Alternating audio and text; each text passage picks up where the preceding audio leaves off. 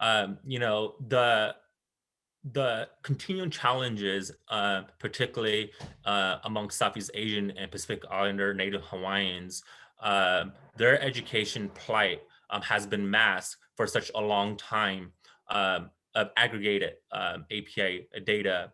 Um, these groups, they deserve and are warranted the same outreach, the same retention support, and the same resources when they exit the university, whether they enter a grad program or enter the workforce. Today event is particularly important with what is happening not only in the nation, in California, but it's not a matter of if but when here in Sacramento. And we want to remedy that, but also affirm the years and decades of suppressed emotion and refugee and immigrant experiences to our API young people, that we do hear them out. We are here to be an ally, but more importantly, be an advocate. And Sacramento State, we are an NEP's institution, and we want to let the students know that there is a pipeline. There's also a path. If you choose to come to Sacramento State and you choose not to, we want you to be a productive member of the university, but also the community. So today's event with all the speakers, outpouring on sponsors, outpouring community organization, and recent days of the increase in students registering, teachers, parents, counselor. For me, as a staff member on campus, that is a testament that if we provide a safe space for our API community, they welcome, they want to be engaged, but there has to be relationship built. So we've been fostering camaraderie and community with these families for such a long time. While it's only our third annual, we hope that it continues and it will continue, and that 10 to 20, 30 years from now, we could have API College Day be a model to other universities. I'm very proud to say that Sacramento State is the only or one of the few CSU and UC that does a pan Asian Pacific Islander college access and career preparation, because we know that this group deserve the same support as any other group. So that would be my comprehensive response. And I apologize if I went a bit too long. No, no, no. It's amazing to hear. What are some of the challenges then that you face in terms of, because you said this is the third event. Well, one, why did this event become something that the university felt was needed, and then two, what's the challenge in trying to reach students in this API community? Perfect. The university has always been and will continue to commit itself to diversity and inclusion. And this also means the inclusion of our API voices and experience of both API faculty, staff, and student.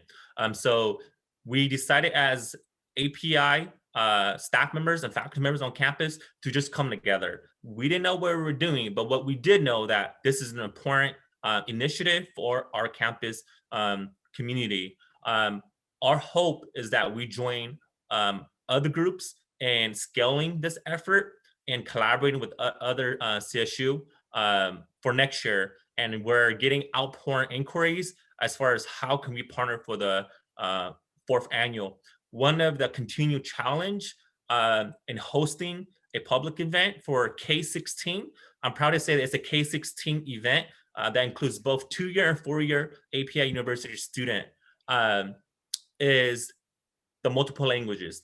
The multiple languages in the API community should be celebrated, and I think that is what makes our ethnic and racial group unique. However, with over 60 languages, the translation piece becomes a challenge. Our first year of the API College Day, we had parents that needed translation from Vietnamese to Hmong to Tongan. So how do we provide that language support to parents who came to university for API College Day? The other piece is relationship building with the school and student. I think for such a long time, as a student in high school, if you are not outreach to, and if you are not at the forefront of um, college readiness or correct preparation, and no one has ever came to you with that information, when they do come, it feels a little bit weird. Like, oh, you're talking about me.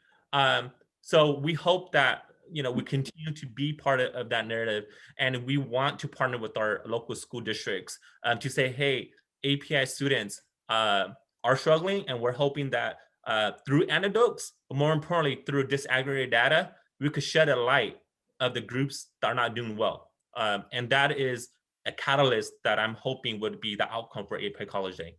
Mm.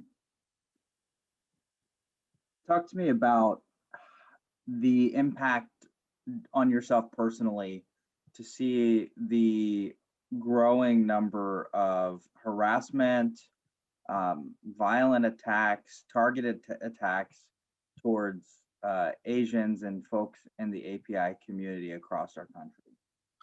I think the attacks, the anti-hate violence, and the anti-Asian settlements have always been there.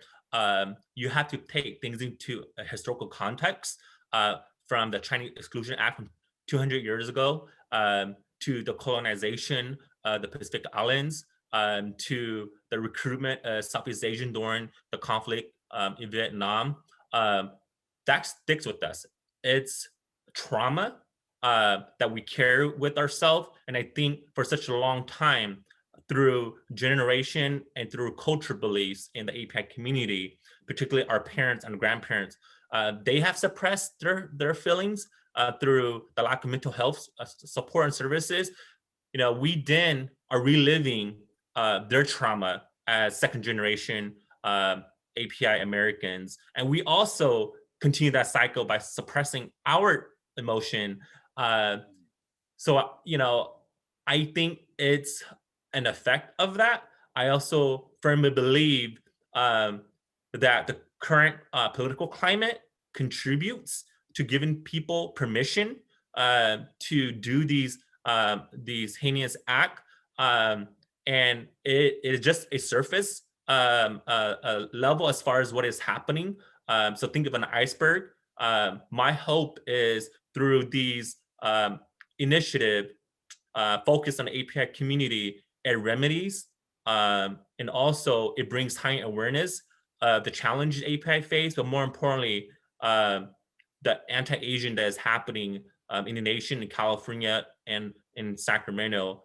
It is, and it should be renounced as something that should not happen anymore. But it also requires conversation amongst our allies and advocates. My hope is, we're part of the solution to this growing problem. I mean, we're talking about it now, and that's just one step in the right direction, I think. And I want to note too, sorry, is, you know, when is enough enough? Because now I'm thinking as a scholar, as a practitioner, as a community leader, as a campus staff member, which group is next? If we don't stop now, which minority group is next? And it is wholeheartedly, my belief that this will end in my generation, or the Gen Z generation. It has to stop, because which other group will face these attacks? And unfortunately, we have seen this like a broken record in American history, from African Americans to Germans, Irish, Chinese, numerous Asian populations that have come to America, with Latinos. And it's certainly something that, unfortunately, America has a deep-rooted racist history, especially with immigrant groups, and it should stop. Absolutely. Um, why is this event that you're holding now more important than ever? This event is more important than ever, to showcase and let the community know that we are here to stay. We are your neighbors. We are, your local shopper at the grocery store. We're parents of your kid's friend. We're not going anywhere. At the same time, we demand the same respect, resource, and also we want to be part of the fabric of America, and we want the American dream that everyone who have come to the U.S. aspire, and this event is that affirmation to the youth. More importantly, to let the parent of these youth, many who do not speak any English, that we hear you, we see you, we are doing the best we can, and we will continue this journey to ensure that Asian Pacific Islander and Desi American experiences are part of the larger conversation when it comes to advancing our community. Gives me chills. It's fortunately that it's 2021 that we're having to have this conversation and ensure that APIs are part of these larger conversation. But at the same time, this is a time that warrants it. So, I'm here to be a part of that solution. Yeah. Well, I'm happy to see the support that Sac State's giving. I know there have been these calls from numerous groups and members of the community to continue to provide that support. We know it's hard sometimes to reach some of these students and families, but just because something's hard doesn't mean that you can't do it, especially here in America, right? And yeah, I'm excited to see what you're doing with this, and to see this continue to grow. I mean, Sac State has a large API population. I think roughly 20% of the student population, which is amazing. And I know California has, I believe, the largest API population in the nation. Mhm. And so incredibly important that we're really being the leaders here in this, but I hope it's something that trickles down and can spread across the country, and we see more colleges and universities stepping up to the plate, because it can provide an immense amount of support to these students and families who just need a little extra help. No, absolutely. Just an ending note: if our K-12 system, our two-year community college, and our public-private four-year university, I am a firm believer, if we affirm and if we recognize and take the time to value our APID students, once and if they do graduate from whatever system, there will be instilled sense of pride. They will stay in that community and they become a strong alumni base for the system, and they give back, whether their talent, time, or treasure. So I think that's the end goal, is for APIs to feel not only welcome, but have a sense of pride from whatever system they decide to graduate, or even organization, or a workplace. If they feel that they're being recognized and rendered non-invisible anymore, I Hmm. think that it will benefit everyone at the end of the day. Yeah, amazing. Yeah. Ciao. Tell me about your familial background. Where are you from? What's your ethnic background? Tell me a little bit about yourself. You. I'm so passionate about this work. I'm a prior K-12 teacher and administrator of both the Sacramento City Unified School District and Thomas Unified. But I decided to come back to Sacramento State because the group I'm talking about and advocated for, I'm part of that group. I'm Hmong American, born and raised in South Stockton, California, and many folks know is city with many challenges. Parents came to the United States after the war in Vietnam, the refugee camps of Thailand in 1979. So they've been here for 42 years. Mom still doesn't speak any English because of the ethnic enclaves that developed in Stockton. I have 10 brothers and sisters, so we're a large family. The youngest one is now 23, a graduate at San Jose State. So there's no one at home anymore besides mom and dad. But my family's journey is similar to many refugees who came from Southeast Asia, and some of the more recent arrival in 2005. I decided that I was not going to go to the local community college in Stockton, Delta College, because of the outreach of Sac State. So it's now my turn to pay it forward. So Sac State, the EOP or Educational Opportunity Program counselors, they came to Edison High School where I was a graduate from. My senior year, they came and recruited us. That made me realize that, hey, I'm able to go to four-year university. So I never turned back then. I left Stockton when I was 17, entered Sac State, four-time graduate of Sac State with my bachelor, two credential, master's, and doctorate at Sac State. Now is my turn to pay it forward. So coming full circle has been a whirlwind.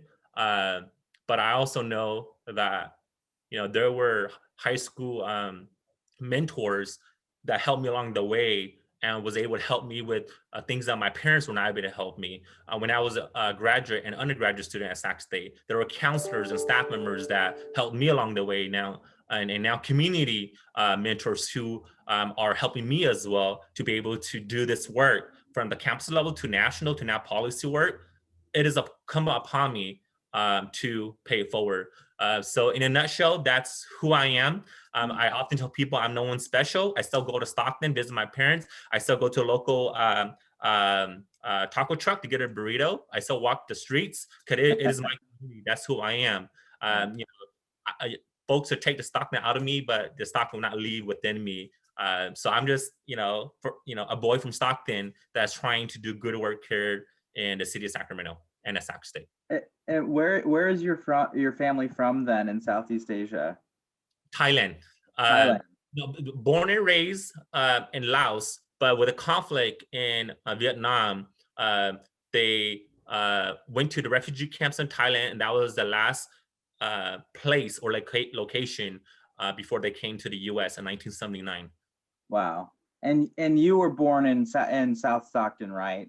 Yes, I was born in Stockton and Sound King General Hospital.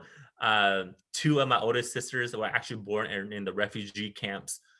So it's a plethora as far as our experience and our commitment to give back to our community.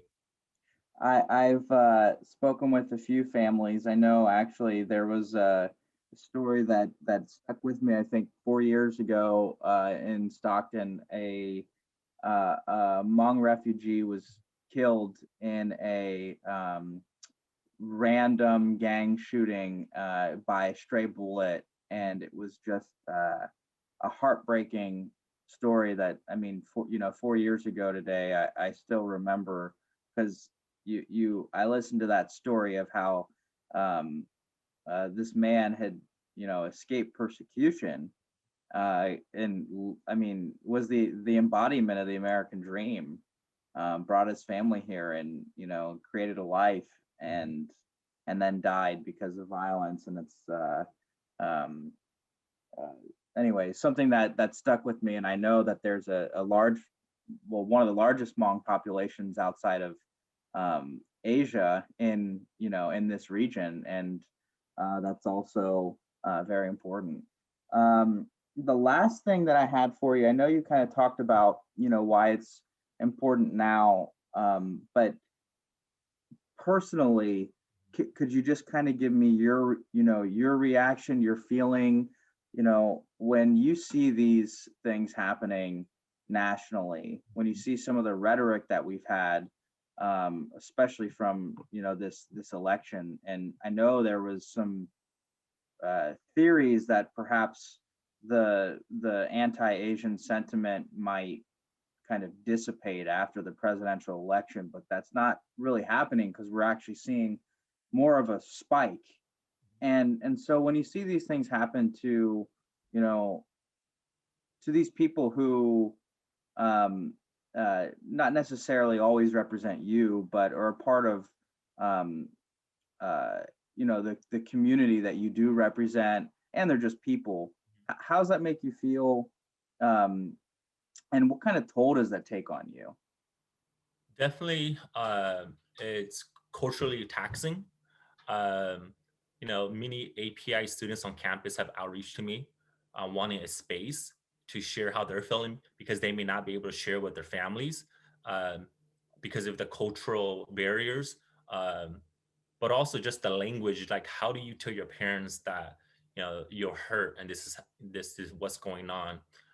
For me personally, It reminds me almost like a scab or a wound that has had a band-aid on for such a long time that someone had now pulled it and it's raw and open.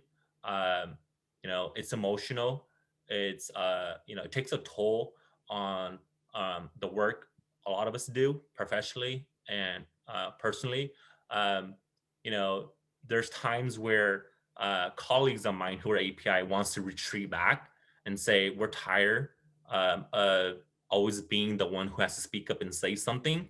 But my response has always been, now's the time that we have to be present, have to, come together, um, like a village raising a family. We're gonna have to be a village to remedy some of the things are coming prior, and unfortunately, after the presidential election in November, it is not going to go away.